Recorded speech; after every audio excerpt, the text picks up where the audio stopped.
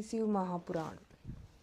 आज हम ब्रह्मा और विष्णु का विवाद सुनेंगे। पूर्व समय की बात है कि भगवान विष्णु अपने पार्षदों सहित लक्ष्मी जी के साथ शेष शैया पर शयन कर रहे थे। ब्रह्मा भी वहां पहुंचे। विष्णु को संबोधन करके बोले, हे पुत्र, तुम कौन हो? उठो, तुम मुझे देखो, मैं तुम्हारा भगवान यहाँ आया हूँ। विष्णु यह सुनकर क्रोध को दबाते हुए बोले, हे पुत्र, तुम्हारा कल्याण हो, आओ बैठो, देखो मैं तुम्हारा पिता हूँ। कहो, तुम्हारा मुख टेढ़ा क्यों हो गया है? ब्रह्मा जी बोले, समय के फेर से तुम्हें अभिमान हो गया है। हे पुत्र, मैं तुम्हारा स्वामी हूँ, इस समस्त संसार का पिता मैं हूँ। विष्णु बोले, अरे चोर, मुझे अपना बड़प्पन क्या दिखाते हो? सारा संसार तो मुझ में निवास करता है। तुम मेरी ही नाभि कमल से उत्पन्न हुए हो और मुझसे ऐसी बातें कर रहे हो। तुम्हें यह शोभा नहीं देता। इस प्रकार ब्रह्मा जी और विष्णु जी में विवाद बढ़ता गया। ये दोनों अपने को प्रभु कहते कहते आपस में युद्ध करने लगे। दोनों के प्रहारों से देवता व्याकुल होकर कांपने लगे और कहने लगे, जब आप दोनों अराजकता उत्पन्न कर रहे हो तो यह समस्त सृष्टि भगवान शिव जी की है। उनके बिना इस सृष्टि का एक तिनका भी इधर से उधर नहीं हो सकता। अतः हम सब शिव शंकर के पास चलते हैं। इतना कहकर सब देवता वहां पहुंचे, जहां महादेव जी पार्वती जी के साथ सभा में मणिमय सिंहासन पर विराजमान थे।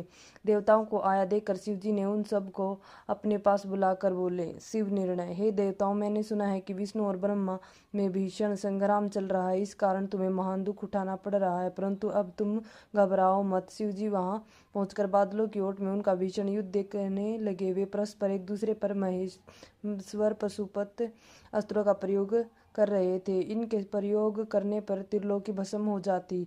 इस प्रलय के वातावरण को देखकर शिव जी एक तेजोमय अग्नि के समान दोनों के पथ में जाकर चमकते हुए स्तंभ लिंग के रूप में प्रकट हुए। विष्णु और ब्रह्मा महातेज वाले स्तंभ को देखकर विस्मय में पड़ गए। दोनों कहने लगे, यह इंद्रियादित अग्नि स्वरूप स्तंभ क्या है? हमें इसका पता लगाना होगा। यह कहकर दोनों वीर शीघ्रता से चल पड़े। विष्णु जी शुक्र का रूप धरकर पाताल में गए और ब्रह्मा जी हंस का रूप धरकर ऊपर आकाश में गए, परंतु दोनों में से किसी को भी उस प्रकाश में लिंग के भेद का पता नहीं चला। ब्रह्मा जी ने आकाश में केतकी का फूल देखा और उसे तोड़ कर ले आए। उन्हें यह निश्चय हो गया कि उन्होंने महातेजस्वी स्तंभ का पता पा लिया है। वे केतकी के फूल को लेकर विष्णु जी के पास चले आए। विष्णु जी ने ब्रह्मा जी के पैर पकड़ लिए। ब्रह्मा जी के इस छल को देखकर शिव जी उसी समय प्रकट हो गए। विष्णु जी ने भगवान शंकर के चरण पकड़कर प्रणाम किया। विष्णु जी की इस महानता से भगवान शिव बहुत खुश हुए।